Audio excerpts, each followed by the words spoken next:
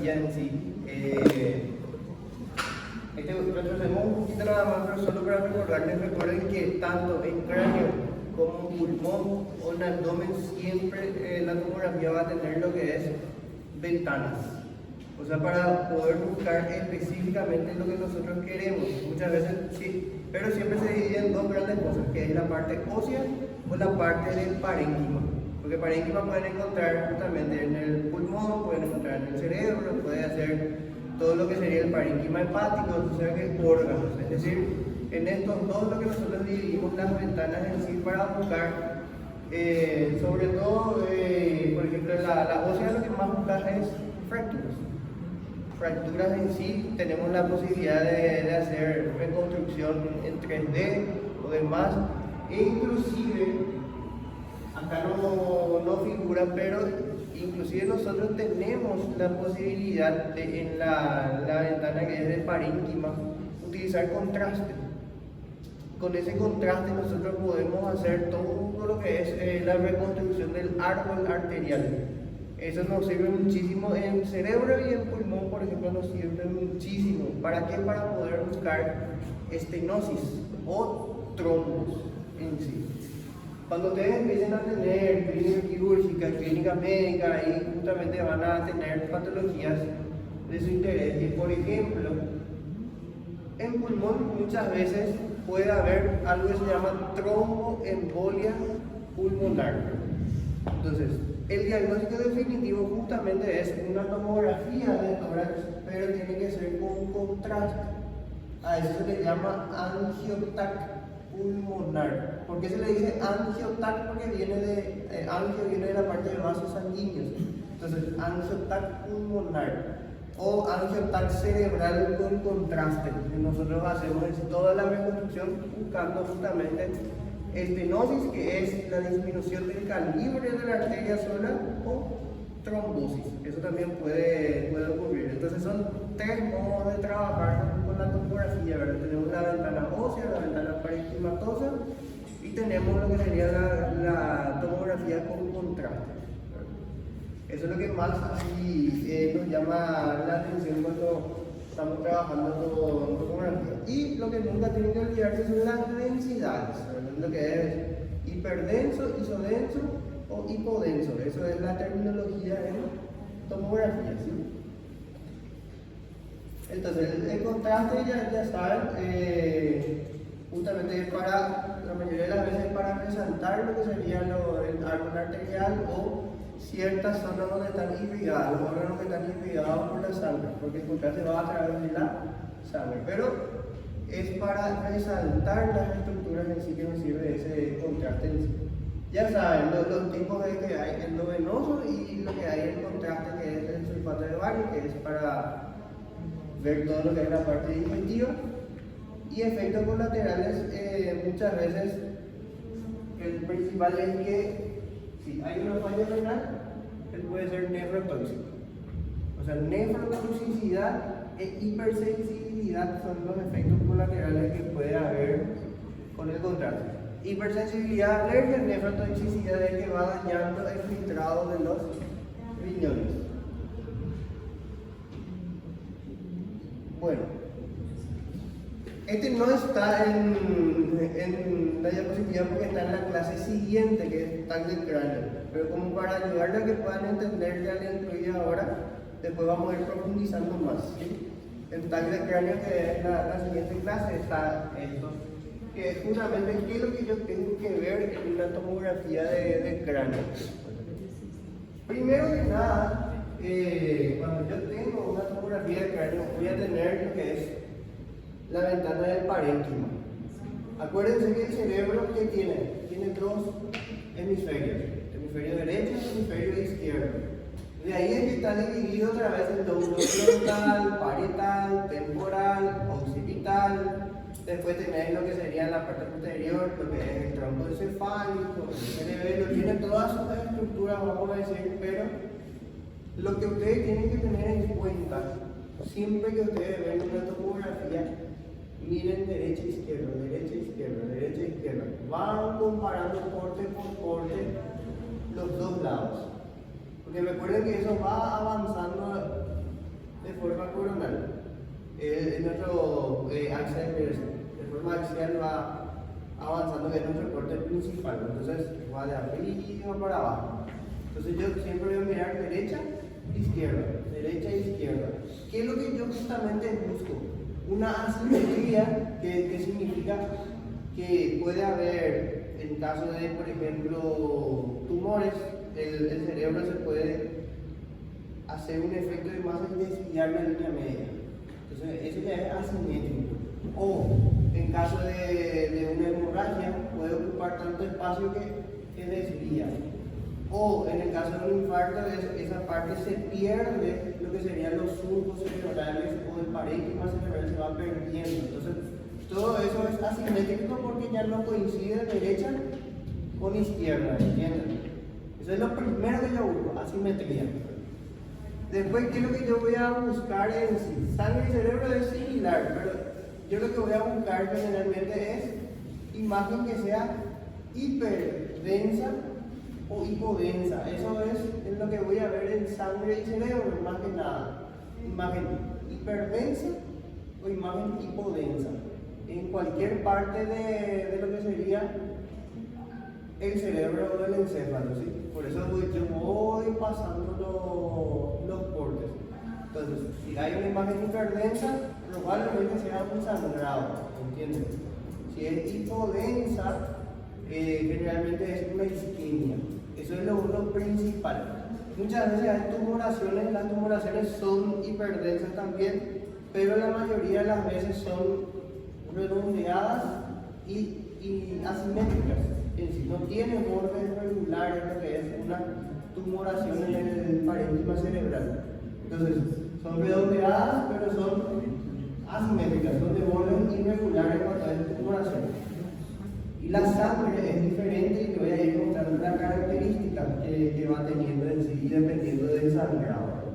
Ahí justamente entra lo que sería el espacio del líquido cefalorraquídeo.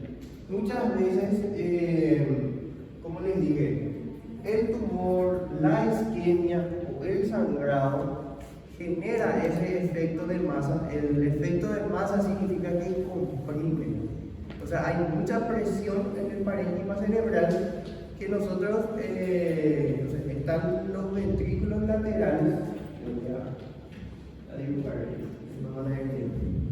Nosotros tenemos nuestro parénquima cerebral que hemisferio derecho, hemisferio izquierdo, y no sé si feo mi dibujo. Nosotros tenemos los ventrículos laterales, el cuarto ventrículo, todo está así que parece una mariposa. Y está la línea media.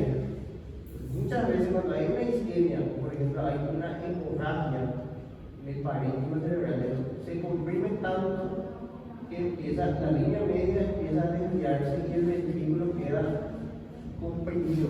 Es decir, y ahí no hay circulación de líquido cefalorraquídeo. Ahí empiezan todos los problemas porque la presión en el cráneo empieza a aumentar. Y se traduce como que aumenta la presión intracraneal. Por eso hay que ver también los ventrículos. Esos ventrículos y la línea media sí o sí se miran en una tomografía que vas a ver que puede ir para un lado. ¿Por qué es importante mirar eso? Porque cuando hay una compresión del ventrículo hay otra forma de resolver que poniendo un catéter para drenar sobre todo ese líquido que está ahí aún está trancado. Entonces se drena el líquido cefalorraquídeo. Eso se llama catéter de PIC, que es para disminuir la presión intracraneal. En caso de sangrados, no se hace catéter de PIC siempre, pero muchas veces por trauma o algo que el cerebro se empieza a inflamar. Entonces vos ves que el cerebro en sí, ¿qué pasa? Está chocando contra el hueso, en sí. Entonces hay un aumento de la presión intracraneal. Después existen síntomas clínicos porque les dice si hay aumento de la presión o no, pero ahí solo tienen una solución, que es usar diuréticos y abrir esa parte del hueso para que se libere la presión hasta lograr que se desinflame el cerebro. Eso es muy común lo que serían traumatismos. Y el traumatismo es muy común también en los sangrados, que vamos a ir mirando. Meningitis puede aumentar la presión intracraneal. Pero de ahí todo un tema, porque si aumenta la presión intracraneal no puedes pulsar. Es difícil diagnosticar la meningitis. Una contraindicación es la punción lumbar.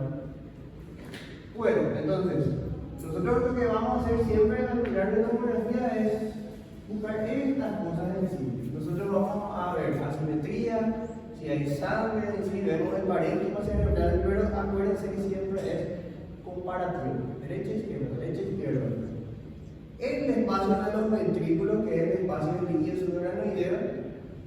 Y por último, ¿verdad? Después de ver todo lo que es el parénquima cerebral, nosotros pasamos a la ventana. Es decir, ahí vamos a ver los huesos.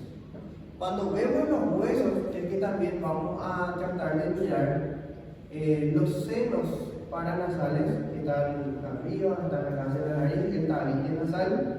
Y en la porción del oído tenemos la porción rugosa, que son las láminas de la porción mastoidea, que muchas veces eso se fractura y sangra. Entonces es la parte que tenemos que mirar, tanto nariz, acá los senos paranasales, tabique nasal, y acá en la porción mastoidea, que es la lámina rugosa, que parece una esponja. La lámina rugosa parece una esponja, y eso puede estar ocupado. Muchas veces eso puede estar ocupado por sangre o por material purulento, ¿verdad? La persona que tiene sinusitis sobreinfectada puede ser también eso. Pero bueno, ese es el orden en sí que más se tiene que tener en sí para ver una tomografía. La realidad en sí, o sea, la literatura te dice que no hay un orden específico, pero por lo menos estas cosas tienen que tratar de buscar. Entonces, miren, acá generalmente tenemos una ventana ósea. ¿Por qué digo ventana ósea? Porque no se ve parénquima cerebral. Entonces, nosotros lo que esto va avanzando así de forma, pero nosotros vemos lo que serían los huesos, que sería frontal, los temporales, el occipital sobre todo, y están lo que serían las suturas, ¿verdad? Miren, acá esto en realidad son las suturas. Acuérdense que las suturas, nosotros tenemos cerrados ya, pero es normal que aparezcan suturas en los huesos del cráneo. ¿Qué es lo que no es normal? Un desplazamiento así del hueso temporal, no sé bien cómo se desplaza para arriba de sí. Esto ya sale de la normalidad, esto ya no es una sutura. Esta pequeña raya que parece una fisura, sí, estas son las suturas que nosotros tenemos en el cráneo. Pero acá cuando ya hay desplazamiento, porque eso se puede desplazar como se puede hundir. Cuando hay trauma en el cráneo puede haber hundimiento como puede haber desplazamiento del hueso.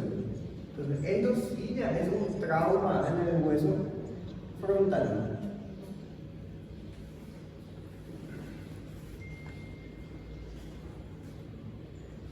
Bueno, en general la mayoría de las veces en sí van a tener así una imagen que es normal, no es que van a ver, todos los pacientes van a ver trauma, pero sí el mismo principio va a aplicar en la ventana ósea. ¿Cuál es el mismo principio? Que nosotros tenemos que buscar asimetría. Acuérdense que hay hueso frontal derecho, frontal izquierdo, temporal derecho, temporal izquierdo. Pero yo tengo que hacer un recorrido de todo lo que es el hueso. Sí o sí tengo que mirar todo el recorrido de los huesos para buscar que no haya una asimetría. Si hay esa asimetría, solución de continuidad fuera de lo que es las estructuras normales del cerebro, estás hablando ya de una fractura en el hueso del cráneo, que puede ser desplazada o puede ser hundimiento. Uno de los dos es lo más común. ¿Cómo es que se puede escribir esto? Solución de continuidad con desplazamiento del hueso frontal. Derecha, izquierda a la derecha, derecha a la izquierda, la tomografía.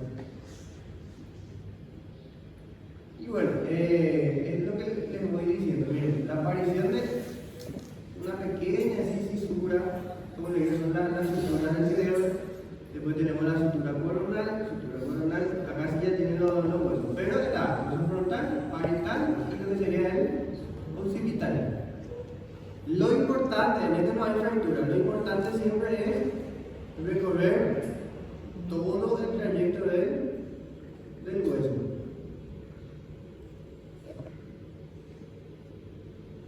¿Ven?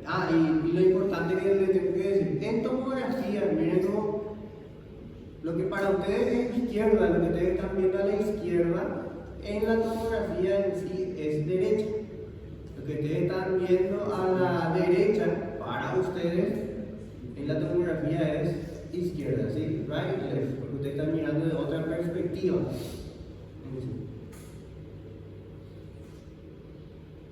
Miren este trauma, ¿qué pasa acá?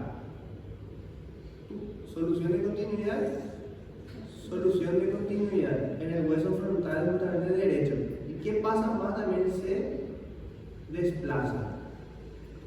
Muchas veces van a ver esta imagen en sí. Entonces, cuando ustedes ven una imagen que es muy hiperdensa dentro del parénquima, tienen que sospechar de trauma penetrante. El trauma penetrante, ahí puede haber puede ser con objetos que son rojos, puede ser herida por arma de fuego, diferentes tipos, hay muchas cosas que pueden pasar que se quedan alojados en el cerebro. Entonces, es un trauma penetrante. Cuando hay una imagen así que es muy hiperdensa y vean como da así otra vez resaltos de hiperdensidad. Entonces, este es un objeto que es muy hiperdenso. ¿Y qué es lo que generalmente vas a poder ver muy hiperdensa así, más que el hueso? El metal. El metal se ve demasiado hiperdenso en sí. Entonces, es un trauma penetrante y puede ser por arma de fuego. ¿Entienden? Y miren la forma que desplaza el hueso, o sea que no es una forma que es muy regular, o sea, no es muy simétrico esa fractura. Entonces, probablemente sea por arma de fuego este trauma penetrante, ¿sí?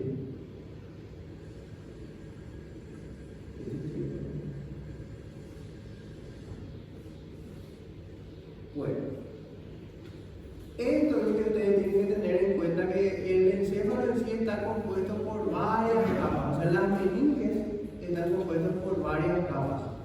¿Por qué le digo que tienen que tener en cuenta las capas en sí o de las meninges? O sea, la que madre, la aracnoide y la dura madre, porque de repente el sangrado puede estar en una de estas partes. Porque hay sangrados que son epidurales, o sea que van a estar por encima de estas capas, y hay sangrados que son subdurales, es decir, que van a estar por debajo de las capas, ¿entienden? Y existen sangrados que son subaracnoideos, es decir, van a estar entre la aracnoide y la pía madre, porque la aracnoide va en todo el parénquima cerebral, se va distribuyendo. Por eso que tiene una característica como que en tela de araña rodea todo el parénquima la hemorragia subaracnoidea que van a ver después, por la distribución que tiene. Pero empezamos con eso básico. Los sangrados sí se pueden alojar por encima de las capas, por debajo de todas las capas, o en la aracnoides, que justamente se llama hemorragia subaracnoidea.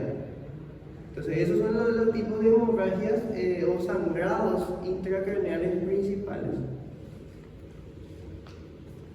También existe un cuarto sangrado, ¿verdad?, que es el intraparenquimatoso, o sea que es el sangrado ya cerebral propiamente dicho. Pero ahí estamos de las capas y después el intraparenquimatoso que tenemos. Vamos a ir mirando así. Vimos lo que es la meninge y ¡pam! Ahí aparece lo que es lo que les digo. ¿Qué pasa acá? Miren, el sangrado, esto es una hemorragia epidural. ¿Qué pasa? El sangrado era por fuera de las capas, y ¿qué está haciendo él? Está desplazando todas las capas, y por eso tiene esta forma, que tiene una convexidad en sí y va desplazando lo que es el parénquima cerebral, porque esto está por encima de las capas. Esta es la característica clásica de la epidural, o sea, hay una hiperdensidad en sí que está por encima de todas las capas y desplaza lo que es el parénquima cerebral. Y lo que les dije, ¿se acuerdan que les dije que hay que ver los ventrículos? Miren qué pasa acá con la línea media. Esta es la O cerebral. O cerebral. Acá tenía que estar el otro ventrículo, como están viendo. Acá hay un ventrículo, pero ¿qué pasa acá? ¿Entienden a lo que me refería cuando digo hay que mirar siempre también cerebro y hay que mirar los ventrículos? En este caso hay una hiperdensidad y tiene convexidad en sí interna. La convexidad es interna, eso significa que el sangrado está por encima de las capas. Y vamos al otro lado si quieren.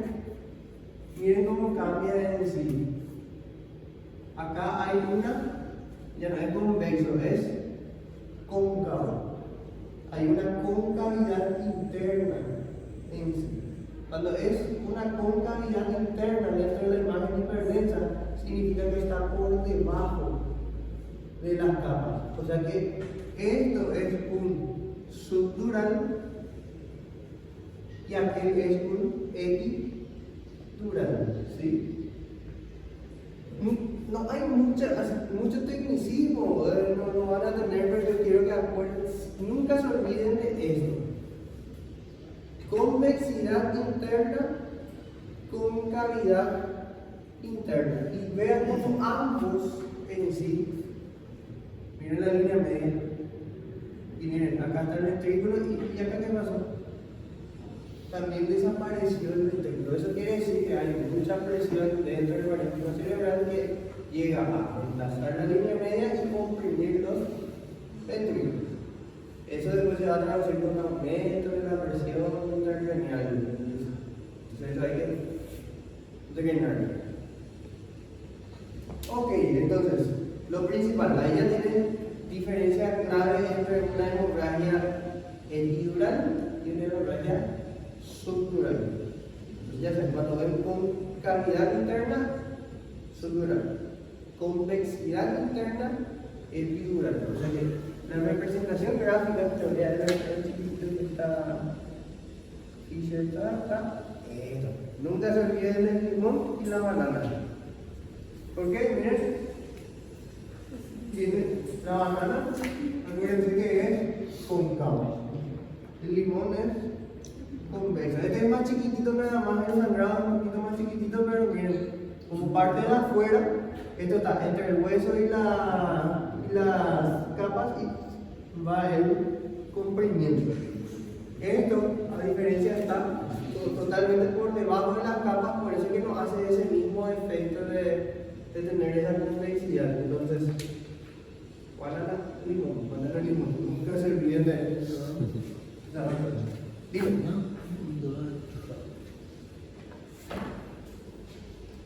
Bueno, característica clínica que va a tener el paciente: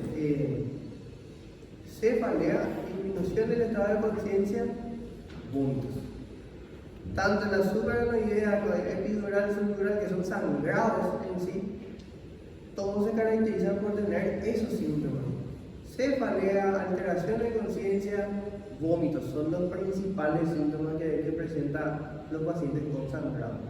¿Por qué tiene cefalea? Porque hay algo que está comprimiendo ahí, y la sangre también es irritante para el parénquima cerebral, entonces duele.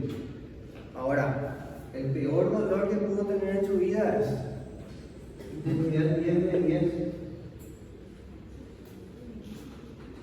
donde Dos preguntas. Sí, Tengo un meningitis, acá. Por el lenguaje, no.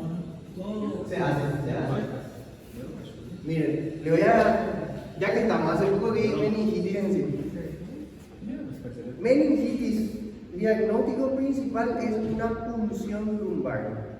Ahora, la meningitis tiene una actividad clásica que es cefalea, rigidez de nuca, sobre todo y fiebre. Pero yo tengo que tener otros diagnósticos diferenciales muchas veces, porque a veces la meningitis te puede hacer convulsionar, te puede hacer disminuir el estado de conciencia. Entonces yo tengo que sí o sí descartar que no haya sangrados en sí, que no haya sangrados, que no haya isquemia, sobre todo para poder yo hacerle a mi paciente una punción lumbar. El diagnóstico de meningitis es clínico y por punción lumbar.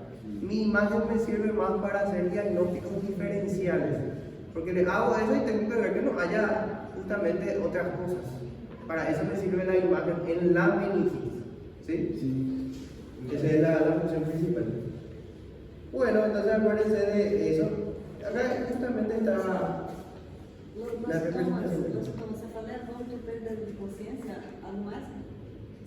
Puede haber más síntomas en sí, alteraciones, lo que sería, puede haber una miosis o una miliasis pilar, puede haber un ictalus, pero no es así lo principal. En cualquier sangrado, subdural, En el epidural también, todo lo que es sangrado son esos los síntomas principales. Bueno, miren, como les había dicho, ¿qué pasó? Acá tenemos un hematoma epidural, convexidad interna y la representación gráfica. El sangrado está, vean, por encima de las capas y ven cómo va desplazando. O sea, lo que vieron en la tomografía se caracteriza por esto. Encima de las capas y desplaza. El subdural está, acá está la capa interna, y ¿qué pasó? Está por debajo de las capas y ya el cerebro. Entonces, está por todas las capas y ya entre el cerebro y las capas. Ahí es el sangrado. Por eso tiene esa característica, como dije, de convexidad interna, concavidad interna o la forma de la maná. ¿Sí? Ahora, la subaracnoidea, como le dije, la aracnoides recorre todo lo que sería el parénquima cerebral. Es la capa que en realidad recorre todo el parénquima para poder irrigar al cerebro. Entonces, la hemorragia subaracnoidea, ¿qué pasa? Hay el sangrado y miren cómo se va distribuyendo entre lo que es la capa. Bueno, nosotros vemos una forma muy similar a esta, pero ¿qué es lo que vamos a ver? Vamos a ver hiperdenso, nada más. Y ese sangrado en realidad después nosotros podemos clasificar, porque podemos ver un sangrado que sea pequeño, es decir, que es menos de 3 centímetros, o puede tener más de 3 milímetros, quiero decir. Entonces, de acuerdo a eso, después se clasifica, existe una clasificación después que van a ir aprendiendo que se llama Fisher, pero es una clasificación tomográfica. ¿Qué es lo que te ayuda? A medir el sangrado para poder clasificar. Mientras mayor sea el sangrado, obviamente más sintomatología va a tener el paciente, más síntomas y peor pronóstico, porque es un sangrado. ¿Sí? Pero eso, esta es la diferencia. Él se distribuye por todo lo que sería la aracnoides, por eso se llama subaracnoidea. Esto es un sangrado que van a ver ya más o menos dentro del parénquima ya cerebral, gracias a que se va distribuyendo por el parénquima por medio de la aracnoides. Esa es la subaracnoidea. Entonces, finalmente son los 3 tipos más comunes en sí. Tenemos lo que es, y bueno, la contusión cerebral es esto. Tenés que tener mucho ojo ya en tomografía para ver la contusión, porque hay un pequeño cambio en la densidad del parénquima. O sea, esa hiperdensidad en sí es muy sutil, no es algo que así se ve como súper hiperdenso, es un pequeño cambio, una pequeña asimetría que va a haber entre los dos lóbulos. Generalmente, sí, no le voy a mentir, para la contusión cerebral requiere mucho ojo. Usted que está entrenado para ver contusión cerebral. Desses sangrados, ela menos grave seria epidural, porque está Se puede eliminar. la meningitis. Y en realidad no hay uno que sea, depende de la cantidad de sangrado. Porque de acuerdo a cómo va haciendo su efecto de masa es donde más síntomas va a tener. Porque en cualquier parte puede sangrar también el epidural, ¿verdad? Y si es muy grande, da lo mismo, ¿verdad?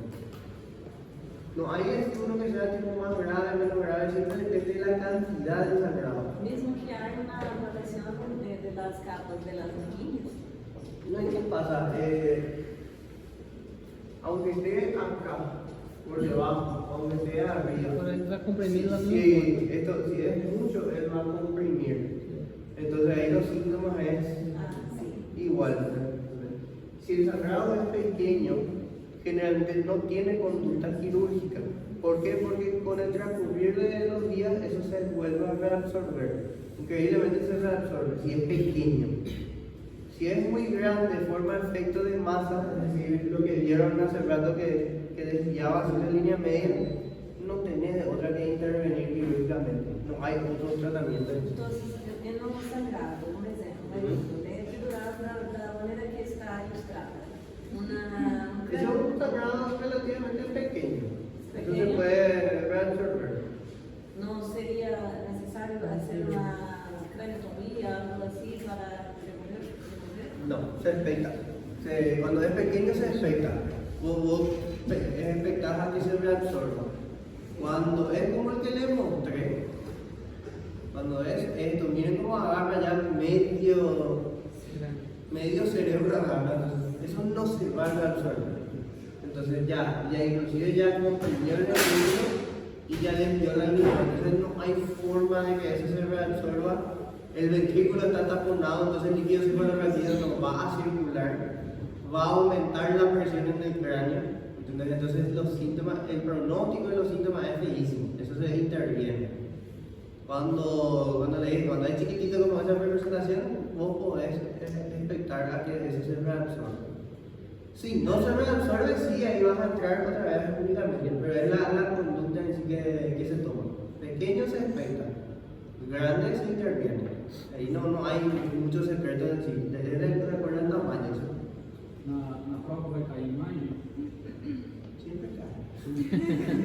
Aí tipo para dizer desse corte seria a radiografia do crânio. En realidad no tomo el cráneo. Se aprecia la imagen hiperdensa con convexidad o con concavidad interna compatible con. Ahí ustedes ponen hemorragia epidural o subdural. Como le digo, no le voy a pedir que me describan a nivel de imagenólogo. Le quiero que sepan identificar con epidural y subdural. ¿Cómo van a identificar? Acuérdense del limoncito y la banana. Tiene concavidad interna, es subdural. Tiene convexidad interna, es epidural. Dime, te escucho. Uma dúvida, porque aí a hemorragia pode criar hematoma, uma pressão que desloca ventrículos e tudo, muda toda a estrutura. Esta pressão desses hematomas pode desencadenar, por exemplo, uma isquemia em outras áreas e se sim, como identificar? No es muy común la transformación isquémica de la hemorragia. Porque há uma pressão, há hematomas, você passou isso para mim na cabeça. Lo que más genera no es isquemia, sino que edema cerebral aumenta la presión intracraniana. Lo que yo te voy a decir para que te acuerdes siempre es, el que generalmente sí se transforma es la isquemia a la hemorragia. Es lo más común, es lo contrario. La isquemia se suele transformar a la hemorragia. La hemorragia generalmente no se suele transformar a. No digo que sea imposible, pero no es lo que suele suceder. Yo no he visto aún. Eu pensei na pressão, no deslocamento de uma área a ser comprimida, algo assim, mas não é. No es lo común. Nunca he visto todavía un paciente con hemorragia que se transforma en isquemia. Ao contrário, sim. Isquemia a hemorragia sí, de forma natural, pero lo que pasa la mayoría de las veces es cuando le hacemos fibrinólisis. Entonces vos estás alterando lo que serían los factores de coagulación de la persona y sangre. Ahí lo que he visto mucho transformación hemorrágica en sí. Eso es lo más común. Bueno, entonces, eso es lo principal en sí y miren. ¿Se acuerdan de esa imagen que les mostré en el subgrano de video? El sangrado de la imagen hiperdensa ya no está por fuera o por dentro de las capas, sino que ya recorre todo lo que es la aracnoides. Y la aracnoides recorre el parénquima cerebral. Entonces van a ver un sangrado que es más interno en sí. La hiperdensidad y que tiene así forma ramificada, forma de árboles interna, porque recorre la aracnoide. Y acuérdense de estas ramificaciones, porque muchas veces van a tener los intraparenquimatosos o los tumores que van a ver dentro del parénquima, pero son redondeados en sí. No tiene esta forma así ramificada. Y ahí les muestro la imagen en sí. Ahora, Miren esta, antes de ir. ¿Se acuerdan? Miren cómo parte de acá. Viene la hiperdensidad. ¿Ven? Recorre lo que sería la aracnoide. Lo mismo acá. Entonces, esto está recorriendo desde la aracnoide. Viene. Eso es una hemorragia, por eso tiene ese nombre, hemorragia subaracnoidea. Y se ve más interno, ¿por qué? Porque la aracnoide llega hasta esa zona para poder irrigar al cerebro. Entonces, ¿qué es lo que generalmente se hace con la hemorragia subaracnoidea? Se clasifica. Yo no le voy a pedir que me digan qué Fisher es, ¿entienden? Tipo, con que sepan que tiene esa forma ramificada, que se ve una imagen hiperdensa en sí, en el parénquima cerebral, sepan que es una hemorragia subaracnoidea. Todo esto es el recorrido de la aracnoide en sí. Entonces, eso es una hemorragia subaracnoidea. Y lo que le había dicho es decir, generalmente la hemorragia subaracnoidea se clasifica. tem desse hemorrágico, qual a probabilidade de haver uma estrutura muito complicada assim? La probabilidad del ACV hemorrágico de que haya Haver uma estrutura para reduzir a hemorragia. y depende de tu neuro. ¿Por qué? Porque ellos van a hacer clipaje. Ellos sí o sí tienen que entrar a clipar o a embolizar. Esa es la neurointervención en sí. Porque ahí le voy a explicar otra cosa de qué pasa con las hemorragias, para que puedan entender. La causa principal de las hemorragias es ruptura de aneurisma. O sea, aneurisma de las arterias. Acuérdense que el aneurisma es, acá tenés los vasos, esto está así, hay una dilatación circular y se rompe. Porque esa dilatación ya le debilita a la pared de la arteria. Entonces aumenta la presión y ¡pam!, se rompe. Entonces empieza el sangrado. Entonces eso tiene que entrar en realidad o a clipar o a hacer un émbolo, otra vez para que se forme un coágulo acá y tape ese sangrado. O sea, embolizar o clipar. Dos opciones tiene cuando es un aneurisma en sí. Ahora, ¿cómo ellos van a saber dónde está la ruptura del aneurisma? Y les dije, contraste, angiotomografía. Entonces vos haces la reconstrucción y vas a saber exactamente dónde empieza a filtrar el contraste. Y ahí te vas, con la reconstrucción entras a hacer la intervención. Obviamente quien hace el neurocirujano es el que te hace, pero igualito a un cateterismo. Entra por la arteria radial, que es una de las arterias grandes, y llega hasta la arteria que está rota. Y ahí o hace dos cosas, o clipa o emboliza. O existe la neurocirugía que es abierta, que entran directamente ahí al hígado. También existe eso. Hay dos formas en realidad de hacer, ¿sí? Pero eso, la posibilidad va a depender de qué tan rápido intervengas, qué tan rápido diagnostiques y qué tan rápido entre el neuro a intervenir. Porque si vos no intervenís, está sangrando y canilla que no se cierra,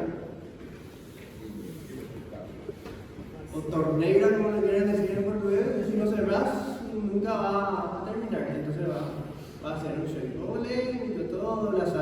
irritar más el cerebro. Cuando irrita el cerebro se dematiza, aumenta la presión del cráneo, empiezan ya los síntomas de que él deteriora la conciencia, ya no puede respirar, porque ya empieza a afectar a todo lo que serían los centros motores. Y eso, para responder a tu pregunta, siempre depende de qué tan rápido diagnosticas y tratas. Y depende de la cantidad que es. Esas cosas son lo que va a afectar al paciente. Y depende también, ¿sabes? Antes de que termine, depende de la zona donde salga. Hay zonas donde tienen muy mal pronóstico, que es el tronco encefálico. Tanto una hemorragia como un ACV isquémico en el tronco encefálico tienen 90% de mortalidad. ¿Por qué? Porque ahí está el centro cardiovascular, o sea, el centro cardiorrespiratorio. Eso se afecta y el paciente es vegetal prácticamente eso. Por eso.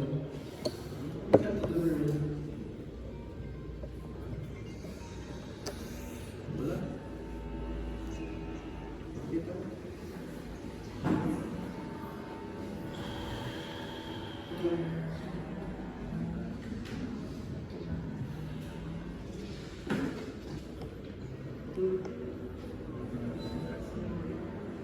Ella lo que tiene que hacer, ¿a quién le debe la reír?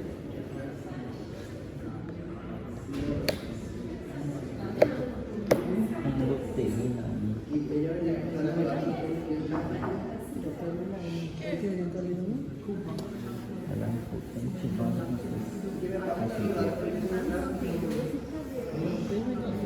porque yo ahorita tengo que hablar para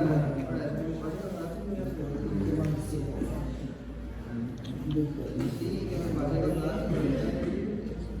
Já sabia que ele ia morrer, eu não falei nada disso. A gente fala que ele. Bueno. Ay, volver. Porque 90% de mortalidade Sí, es del tronco. hemorragia em Tronco encefálico. Hemorragia o isquemia. Cualquiera de los dos afecta al parénquima cerebral que demasiado mal pronóstico tiene. La mayoría de los pacientes que yo tuve, no, la verdad el 100% de los pacientes que yo tuve con hemorragia de tronco en sí, no aguantan. Es muy agresivo eso. Y, sí, tiene muy mal pronóstico, aparte que te voy a hacer una comparación así ya por la experiencia clínica. Los que venían con hemorragia ya sea subdural, epidural, 48 horas, así que de 24 horas era el periodo de tiempo donde recién empezaba a alterar sensorio, a veces 18, tienen 12. Los que venían con hemorragia de tronco, 1 hora, 2 horas ya, bajaba todo su nivel de conciencia.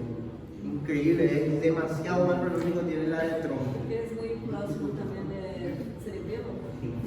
En realidad en el tronco está el diencéfalo, el mesencéfalo, la protuberancia, y ahí están los núcleos, el centro regulador de la respiración, todo eso está ahí en esa zona. Entonces, por eso lo que es muy agresivo. Bueno, esto con el tiempo van a ir aprendiendo que es la escala de Fisher. La escala de Fisher en realidad lo que hace es nada más medir esto. Miren, mide el sangrado, si ven la cantidad de sangrado lo que suele medir y el tamaño. Ven cómo esto se distribuye en más partes en sí. Entonces ahí está como un Fisher que es más alto. Cuando el sangrado se determina es fina, como ven acá por ejemplo esto es un Fisher 1, ¿entienden? Cuando aumenta así en lugares y aumenta el grosor del sangrado, va aumentando el Fisher, que es lo que van a ver ahí. Miren, Fisher 1 es que vos no encontrás sangrado. Fisher 2 es donde ya empieza una fina capa, pero tiene menos de 1 milímetro. Esto, es una capa fina. Se ve en la imagen hiperdensa, pero es fina y no está distribuido así en todo lo que es el parénquima cerebral. Eso es un Fisher 2. Fisher 3 van a ver que es un coágulo grueso, pero ¿qué pasa acá? El sangrado ya es mayor aún milímetros. Bien, ese es el Fisher 2. Acá no hay en realidad un Fisher 3. Y Fisher 4 es un hematoma intraparenquimatoso, o sea, que es un Fisher 3, pero que empieza ya a comprimir acá los ventrículos, o sea, que invade el sangrado y invade los ventrículos. Cuando ustedes ven esto, que está así distribuido todo el parénquima, pero aparte le sumas un sangrado acá en el ventrículo, 4.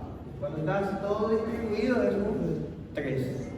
Y un Fisher 2 puede ser más que esto. Ustedes pueden encontrar acá, en el lóbulo hemisferio derecho, izquierdo, en diferentes lóbulos, pero son sangrados en una capa fina.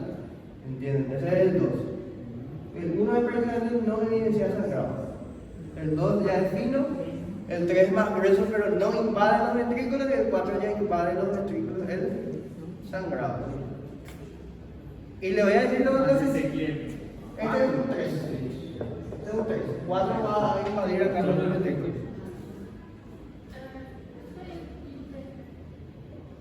El B es un Fisher 2.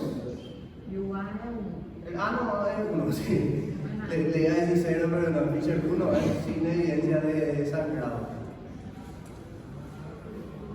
Bueno, más que nada, ese es el Fisher 1. Y miren, este es puro clínica médica ya. Tipo, ni en clínica médica muchas veces manejan lo que es el Fisher, ¿verdad? Pero sepan que existe. Pueden comparar, inclusive ustedes tienen su tomografía y buscan la escala y van. No le van a pedir que me digan Fisher es. Porque es bastante bueno. Acá, ¿qué es lo que están viendo en sí? ¿Qué están viendo en sí en la imagen? Miren derecha e izquierda, mientras ya tengo un asunto importante que resolver, pero miren. Isodenso, hipodenso. Ahora, ¿qué está pasando acá?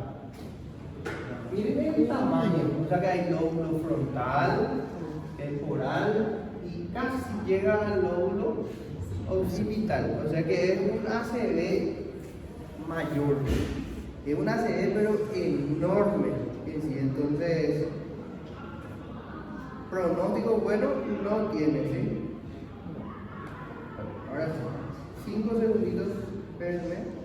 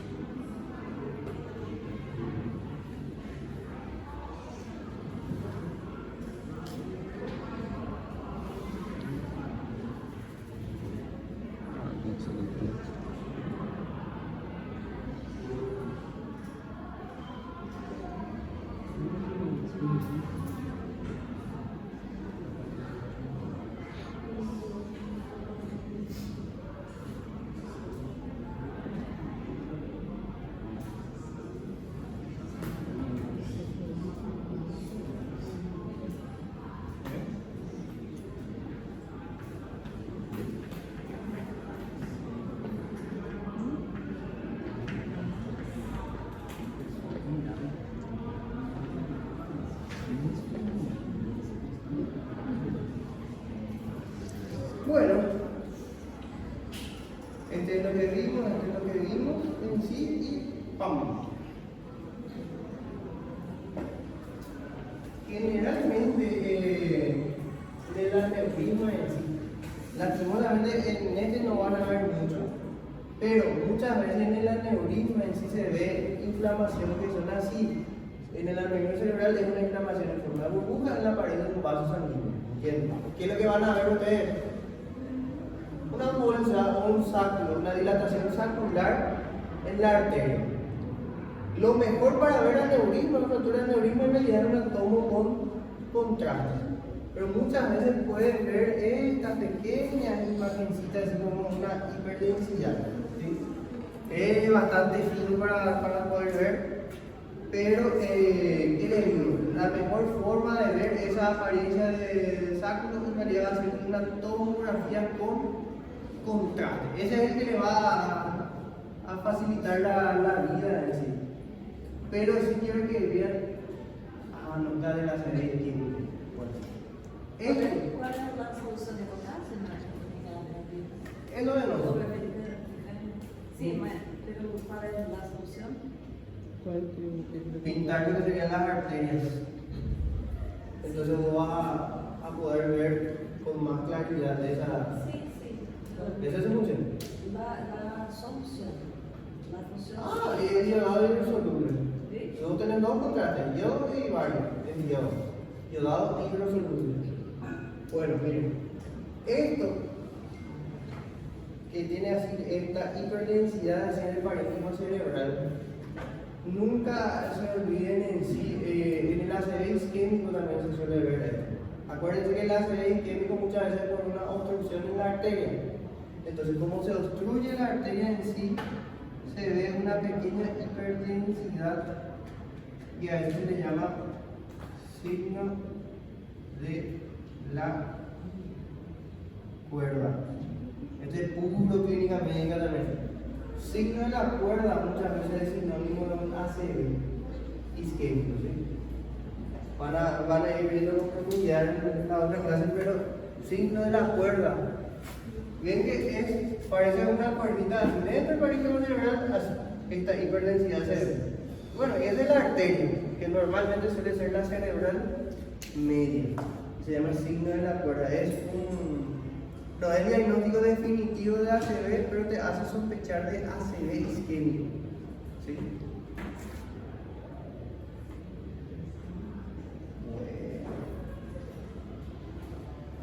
Este era el que les había mostrado en la clase anterior. ¿Qué pasa? La tuberculosis, ¿se acuerdan que tenía un patrón que es miliar, que era un patrón nodular, en sí que se disemina por ambos pulmones? Entonces, este patrón nodular, que es lo que se llama el patrón miliar, es el propio de la tuberculosis primaria, ¿se acuerdan? ¿Cuál era la diferencia entre la tuberculosis secundaria? Que la tuberculosis secundaria era más propio de tener cavernas, ¿se acuerdan? Eso es más propio. Este patrón es que se distribuye, así, no, lo que parece un panal así de abeja es propio del patrón miliar, es propio de la tuberculosis primaria. Las cavernas sí eran propias de la tuberculosis ya secundaria. Que bueno, la tuberculosis secundaria, se acuerdan que no era más que una reactivación en sí de la tuberculosis primaria. Este no es propio, pero ¿qué pasa acá? Nosotros tenemos unos bronquios y esto es propio de un paciente con EPOC. Estos no son en realidad cavernas, son en realidad dilataciones de todos los bronquiolos en sí. Entonces, esto es lo que se llama bronquiectasis, ¿sí? Porque las cavernas generalmente suelen ser mayor tamaño, tiene nivel intraaéreo y generalmente suele ser no siempre es único, pero está más en los vértices. Este sigue una distribución de un árbol. Entonces, cuando sigue la distribución de un árbol, es la dilatación de los bronquios que va afectando en sí al parénquima. ¿Ven? Acá se ve en otro corte, pero se van dilatando los bronquios y se llenan en sí de material mucoso, y eso es lo que hace que resalte el bronquio. Porque lo normal es que los bronquios no se vean, pero cuando se empieza a llenar de material purulento, resalta. Esta región hiperdensa es fibrosis, ¿o qué es? La fibrosis es esto. En realidad es la dilatación con moco, mucho moco. Es decir, la fibrosis es más. A ver si encuentro la fibrosis.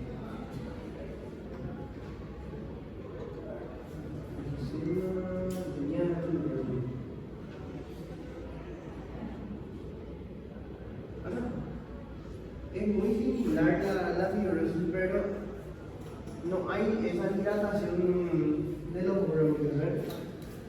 Tampoco es tanto nódulos, sino que nosotros tenemos las fisuras además, y esto es el parénquima. Entonces todo esto que se va formando en forma de árbol, que va agarrando la distribución del parénquima, todas estas láminas así que en forma de árbol, ese es fibrosis, ¿sí? Lo otro es así pequeños redonditos que son bronquiectasias, ¿de acuerdo? Después, tuberculosis era así, que hay micronódulos así en forma de panal de abeja, ese patrón miliar. Ahora, finas láminas que van recorriendo todo el parénquima, fibrosis. Y en el post no puede entonces. Sí, claro que puede haber.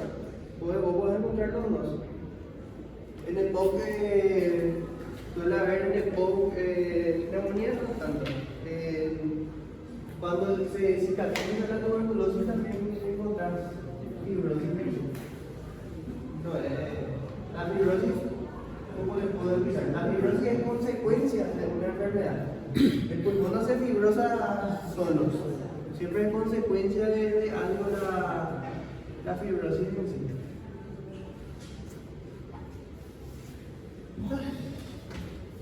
Bueno.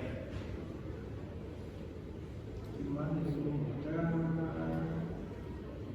COVID-19. Pero este es un COVID-19 que no está. Básicamente eso. Voy a mostrar una última cosa. Miren, para que puedan diferenciar. Ahí no hay solo un enfisema subcutáneo, pero les debo de mostrar lo que es el enfisema subcutáneo. Miren, hasta acá está todo lo que es el tórax. ¿Qué hay acá? Acá está todo lo que es el tejido graso en sí. Entonces, ¿qué pasa? Hay burbujas de aire. ¿En medio de qué? Pulmón, piel. Oh, miren acá también. Piel. ¿Qué pasa acá? ¿Y cómo hay? Burbujas de aire. Eso vos le presionás así a la persona con el dedo. ¿Saben de esa burbujita que es para proteger los productos que lo mismo es acá. Eso se llama crepitación justamente. Crepita la piel cuando vos le comprimís. ¿Por qué? Porque hay burbujas de aire. En realidad son burbujas de aire que se forman en la piel. Entonces, crepita. Cuando vos le comprimís o haces esto, crepita. ¿Sí? Bueno, ese es un enfisema subcutáneo. Es la presencia de aire entre ¿qué? Entre el tórax y la piel. En realidad inclusive acá se puede formar un enfisema subcutáneo en el cuello. Puede esto recorrer así hasta lo que sería el miembro superior. Eso va recorriendo a medida que el aire va filtrando. El enfisema subcutáneo es muy propio de un traumatismo en el tórax. Por ejemplo, se puede fracturar una costilla, perforar lo que sería el pulmón y filtra el aire para afuera. ¿Entienden? O alguien te puede dar una estocada y, ¿entienden? Si se cierra la herida y empieza a filtrar el aire para afuera. Es propio de los traumatismos. Acá. Ali tem um pulmão diminuído também, né? Aqui. Bien, sí, vele. Sí, esto es una cosa, ¿mira? Por eso le dije, no hay solo enfisema subcutáneo. ¿Y qué pasó? Generalmente es traumático, puede ser por golpe o algo, entonces el pulmón colapsa, se llena de aire en la pleura, pero también puede haber en la piel. ¿Entiendes? Eso es un neumotórax, que ven aire del pulmón acá y ven el aire acá. Un neumotórax. Pero bien, me escucharon. Era raro, ¿no? Un pulmón así chiquitito y el otro era el neumotórax. Aire en la piel. Ok. Por hoy es suficiente. La próxima clase es repaso y ahí sí vamos a tener una pequeña actividad. Doutor, tórax e piel, olha. Tórax, piel.